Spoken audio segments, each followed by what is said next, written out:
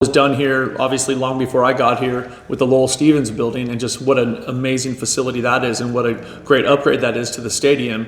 What are the other possibilities with the other parts? Troy and then Jason. You kind of touched on it with Justin's question, but Kansas quarterback, the pressure that he's able to put on the defense, just what makes him so difficult to defend and how he's had so much success this season. Well, this isn't the first season he's had success. He's had success for a long time at that school and in this conference. I think the thing that's interesting about him is he really is a dynamic player in both his ability to make every throw and his ability to run it effectively. And I think he's a strong, powerful kid, and so you see him break tackles. I think all the running quarterbacks, they all kind of get lumped together. I do think they're all very different that we've played against. But I just knowing what they have done, how they're built with their really, really effective run game, and just with his arm talent, he's an incredibly hard player to defend. Jason and then Justin.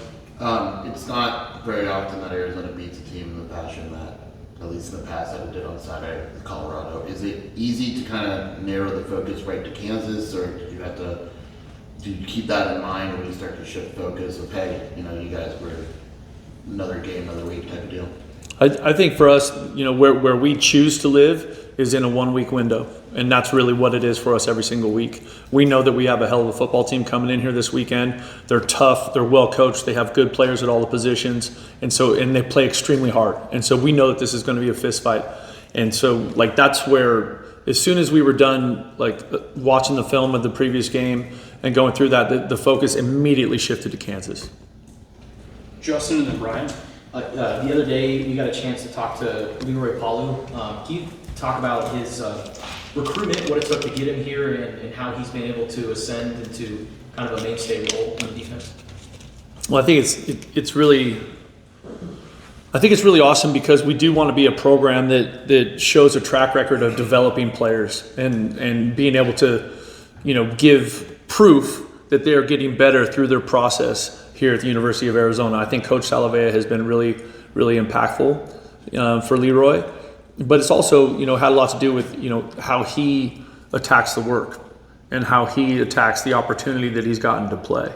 And when we were recruiting him, obviously junior college player from California, and, the junior college, every player that you bring in is different. Some freshmen are more ready to play when you bring them in than others. Some junior college players are ready to play and ready to make a huge impact right away. And then some need some more time to develop and, get, acclimated academically, socially, whatever it is, right? But Leroy showed up with that big smile, that big personality. You felt that on the recruiting trip. I think he really enjoyed being around the guys on the team. I think that was a big part of it. Those guys recruited him also. And then, him really leaning into Coach Salavea and what we're doing defensively has allowed him to make the plays he's making. Brian and then David. How did the visit with Greek life go, and was there any discussion about continuing that trend that's going on in college football with the shirtless sections? No, it's funny. The memes, just trying to keep up with that world. I think it's taxing on all of us. You don't have someone on staff that just keeps you updated with Yeah, no. Normally that's my children, that do that, my own kids. But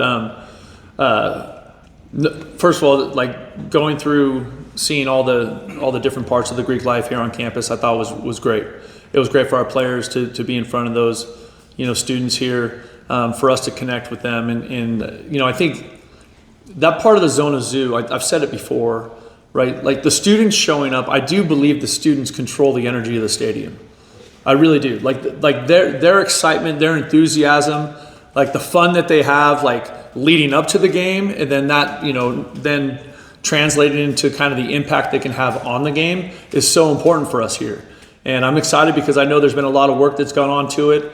I understand they have a designated tailgate area, that has been was maybe here, then went away, and then now it's come back, and but I'm just glad it's back. I'm just glad it's back because we want this to be a great game day experience for everybody. It doesn't matter if you're 100 years old or if you're 21 and part of the Greek system. We want everyone to have a great experience coming to Arizona Stadium and experiencing a football game here.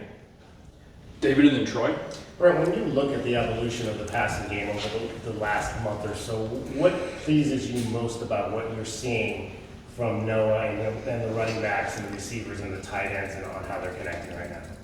Well, I think that's just, I think Noah's really getting more comfortable with what we're doing, and I think that's really, really important. I think the more time together, the better off, it has a chance to be just, because when you think about it, there's a lot of new pieces in there, right? If you're talking about at the running back position, Mahdi, Q, right? New at the receiver position, right? Hut, Spivey, Nunu, Wysong, right? Just a lot. There's a lot of different pieces in there. Cam Barmore, like all those things. And so I think, the more they play together, the more they feel the speed of the game. I think Coach Daggy, I think the offensive staff has done a really good job. But you're only as good as your last week, right? So I'm excited about where we're at. I think it can be better. I think there's more there. And I'm excited to see us, put our foot on the gas pedal and keep going. Troy and then Justin? Kind of going off of the offense with Kansas, just the motion that they run, what makes them difficult in general with all that movement for a defense to stay focused on the objective of where they need to be. Yeah, I think that's one of those things that, motion, movement, all that stuff is everybody has to do their job. And I know that sounds simple and that sounds like coach speak, but it's not. I mean, that's the beauty of football. It's the greatest team game ever created. And it really functions at its best, at its optimum, when every guy on the field is doing their job, with great effort, great intention, and great intensity. And so that part of it, with the motion, like people can't get out of their gap or they can't get in the wrong place. They have to have eye discipline. Like all of those things, everybody doing their job is so, so important when you play a team that has such an effective offense and they do enough movement that can get you off balance.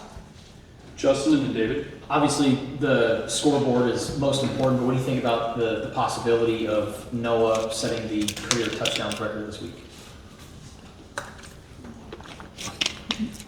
I'm all for anything good that happens for Noah Fafita. You know what I mean? I think that, our team goes as he goes. He's such a committed young man. He's such a loyal young man.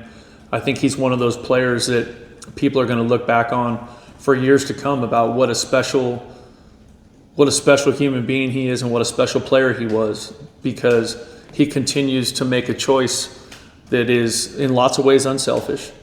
He chooses his teammates, he chooses his university, he chooses the people that are here every day. And I think that part is just, he's so fun to coach, he's so competitive. He works so incredibly hard, his preparation is exceptional. And so that part makes him, really fun. So like anything that's positive for Noah, we all want that for him. Not just me, everybody in the building. David and then Brian? You mentioned that there's more there, Brent, in the passing game. What's that next step then that you want to see? Well, that's kind of a big question. I think that's hard because it changes game to game. You know what I mean? I think depending on who you're playing, like sometimes there's more opportunities to throw the football, or there's more opportunities to run it. You know what I mean? So it just depends on that. I think you've seen some big plays, be made by Hut and and Spivey and Nunu and Wysong and I think there's more there for those guys to do. I think they work incredibly hard. I think Coach Wade is a fantastic coach. I think we're fortunate to have a lot of people in that receiver room that can positively impact a football game. And I think as long as Noah continues to do a great job of going through his progression, distributing the ball, like everyone's going to have a chance to make a play and impact the game. Brian and then Jason? Has the bowl eligibility topic even been brought up as far as this one locks it up for you guys? It hasn't, just because we just focus on us and right now. And that's really where we stay. Focus on, like, I know that, again, coach speak or whatever, but like we are in a 1 week window and that's all we care about is this game and finding a way to play our best football on Saturday against a very good team from Kansas. And so like that's what we're talking about, like how prepared can we be for that moment? And that's, I know the outside world's talking a lot about that stuff, all those things, but the reality is all that matters is how we played this week. Our last two will be Jason and then Justin.